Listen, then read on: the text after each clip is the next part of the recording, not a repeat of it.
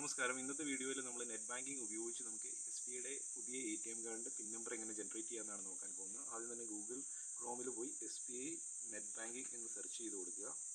Search ചെയ്ത് കഴിയുമ്പോഴത്തേക്കും നമുക്കിവിടെ പേഴ്സണൽ ലോഗിൻ എന്ന് പറഞ്ഞുകൊണ്ട് നമുക്ക് വെബ്സൈറ്റ് കിട്ടും. നമുക്ക് ആ ഒരു SBI യുടെ ഒഫീഷ്യൽ വെബ്സൈറ്റിലേക്ക് കയറാം.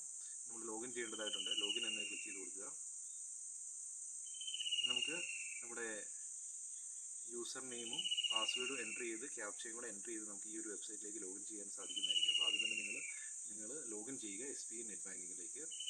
നമ്മൾ ആദ്യം തന്നെ ലോഗിൻ ചെയ്തതിന് ശേഷം ഈ 3 ഡോട്ട്സിൽ മെനുവിൽ ക്ലിക്ക് ചെയ്തതിന് ശേഷം ഈ സർവീസസ് എന്ന് പറഞ്ഞ ഓപ്ഷൻ സെലക്ട് ചെയ്ത് കൊടുക്കുക. ഇവിടെ ഡെബിറ്റ് കാർഡ് സർവീസ് എന്ന് പറഞ്ഞൊരു ഓപ്ഷൻ കാണാൻ സാധിക്കും. അതിലാണ് നമ്മൾ ക്ലിക്ക് ചെയ്ത് കൊടുക്കേണ്ടത്.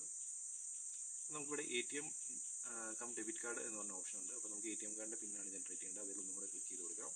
നമുക്കിവിടെ താഴെ ATM കാർഡ് പിൻ ജനറേഷൻ എന്ന് പറഞ്ഞ ഒരു ഓപ്ഷനുണ്ട്. അപ്പം അതിൽ ക്ലിക്ക് ചെയ്ത് കൊടുക്കാം. അപ്പോൾ നമുക്കിവിടെ യൂസിങ് വൺ ടൈം പാസ്വേഡ് അല്ലെങ്കിൽ യൂസിങ് പ്രൊഫൈൽ പാസ്വേഡ് എന്ന് പറഞ്ഞ 2 ഓപ്ഷൻസ് ഉണ്ട്. നമുക്ക് വൺ ടൈം പാസ്വേഡ് എന്ന ഓപ്ഷൻ സെലക്ട് ചെയ്ത് കൊടുക്കാം. അപ്പോൾ നമ്മുടെ രജിസ്റ്റേർഡ് മൊബൈൽ നമ്പറിലേക്ക് ഒരു OTP വരുന്നതായിരിക്കും. ആ ഒരു OTP കോപ്പി ചെയ്ത് കൊടുക്കുക.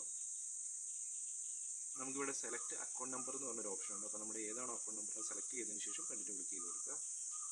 ഏത് കാർഡിൻ്റെയാണോ നിങ്ങൾ കാർഡ് പിൻ നമ്പർ ക്രിയേറ്റ് ചെയ്യാൻ ഉദ്ദേശിക്കുന്നത് ആ ഒരു കാർഡിൻ്റെ നമ്പർ ഒന്ന് സെലക്ട് ചെയ്തതിന് ശേഷം ഓട്ടോമാറ്റിക്കായിട്ട് തെളിഞ്ഞു വരും. അത് സെലക്ട് ചെയ്തതിന് ശേഷം സബ്മിറ്റ് എന്ന് ക്ലിക്ക് ചെയ്ത് കൊടുക്കുക. അപ്പോൾ ചെയ്ത് കഴിയുമ്പോഴത്തേനും എൻ്റർ യുവർ ഡിസൈഡ് പിൻ എന്ന് പറഞ്ഞൊരു ഓപ്ഷൻ 4 ഡിജിറ്റ് നമുക്ക് ഏത് പിൻ നമ്പറാണോ സെറ്റ് ചെയ്യേണ്ടത് അത് ഇവിടെ 4 അക്കമുള്ള സീക്രട്ട് പിൻ എൻ്റർ ചെയ്ത് കൊടുക്കാം. ഞാനിവിടെ ഒരു പിൻ നമ്പർ എൻ്റർ ചെയ്ത് കൊടുത്ത് കാണിച്ചു തരാം.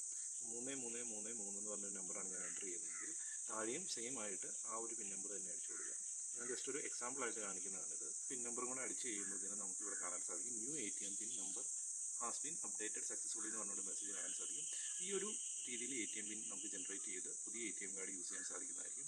അതുപോലെ തന്നെ പഴയ ഏതെങ്കിലും ATM കാർഡിൻ്റെ പിൻ ചേഞ്ച് ചെയ്യാനാണെങ്കിലും ഈ ഒരു